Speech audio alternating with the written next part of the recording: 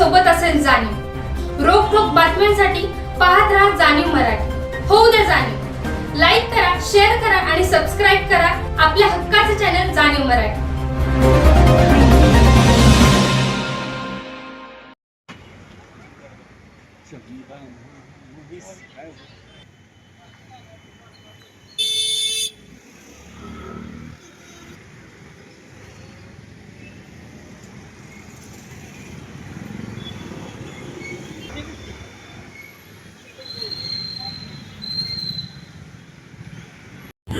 आज या ठिकाणी 11 तारखेपासून अमरण उपोषणासाठी आम्ही बसलेलो आहोत आणि 15 तारखेला आम्ही पुन्हा एकदा आत्मदहन करणार आहोत।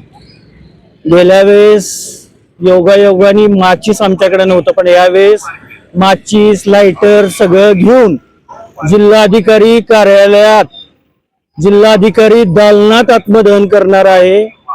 पोलिसांना जेवढा फौजफाटा आणायचा आहे तेवढा आणा। रिपब्लिकन सेनेचं आंदोलन कशा पद्धतीने असतं हे यावेळेस आम्ही नक्की दाखवून देऊ।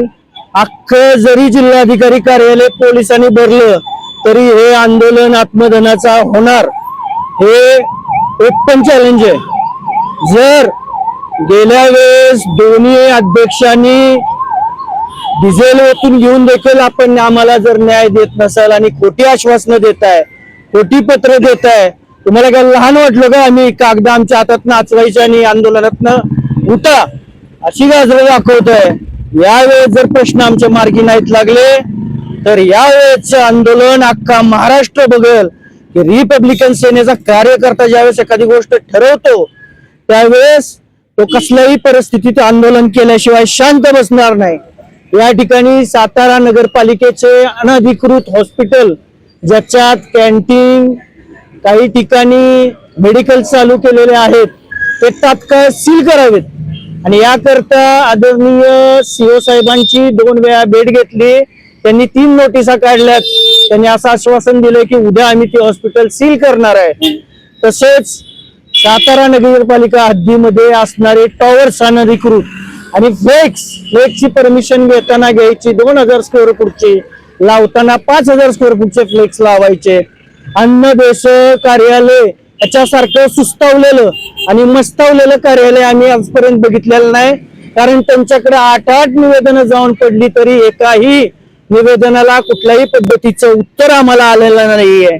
आणि अनधिकृतरित्या चालू असलेले हॉटेल्सवरती दारू दिवसाढवळ्या पिली जाते।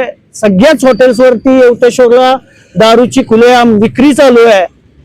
तसेच MSCBचा जे ग्राहक आहेत, गोडचे नावाचा जो ठेकेदार आहे, त्यांनी ग्राहकाची फसवणूक करून एकाकडून 11,000 असे बरेच लोकांच्या तक्रारी आमच्याकडे आलेल्या आहेत की बोगस लाईट बिलं देऊन आम्ही तुमची लाईट बिलं भरतो, आमच्याकडे पैसे द्या, आणि ते अख्खे पैसे त्यांनी खाल्लेले आहेत। त्यांच्यावरती फौजदारी गुन्हा तात्काळ व्हावा असे 8 ते 10 मुद्दे घेऊन यावेळेस आम्ही बसलेलो आहोत। आणि जर आम्हाला न्याय नाही भेटला तर चॅलेंज आहे, कलेक्टरच्या दालनात घुसून अंगावरती डिझेल टाकून यावेळेस माचीस लाइटर घेऊन आत्मदहन करणार। Open challenge.